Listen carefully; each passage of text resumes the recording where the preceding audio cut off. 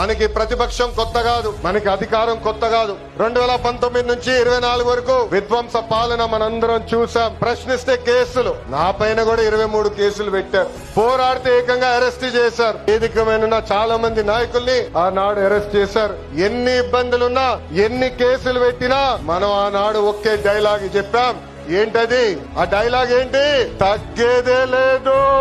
మనందరం చూసాం. ప్రత్యర్థులు దాడి చేసినా, తొడగొట్టి మీసం మిలేసినా అంజిరెడ్డి తాతనే మనందరికి దమ్ము. కత్తితో దాడి చేసి తల నుండి రక్తం కారుతున్నా ఏకంగా పోలింగ్ బూత్ లో కూర్చుని చివరి ఈవీఎం సీల్ పడే వరకు పోరాడిన మన అక్క మంజుల గారే మన ధైర్యం. కత్తి మెడపై పెట్టి వాళ్ళ నాయకుడికి ఒక్కసారి జై కొట్టమంటే జై చంద్రబాబు నాయుడు, జై తెలుగుదేశం అని ప్రాణాలు కోల్పోయినా తోట చంద్రయ్య మనందరికి స్ఫూర్తి.